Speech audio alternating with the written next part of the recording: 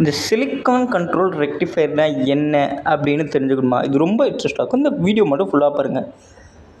இந்த சிலிக்கான் அப்படின்றது ஒரு மண்ணிலேருந்து எடுக்கப்படுது. இது ஒரு செமிகண்டக்டர்ஸ். சிலிக்கானை வச்சு செய்கிறது ஒரு செமிகண்டக்டர்ஸால் ஒர்க் ஆகக்கூடியது. இதில் செமிகண்டக்டர் லேயர் PNPN அப்படின்ட்டு சொல்லிட்டு 4 லேயர்ஸ் கொடுத்துருப்பாங்க.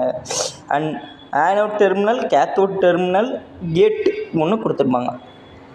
இதில்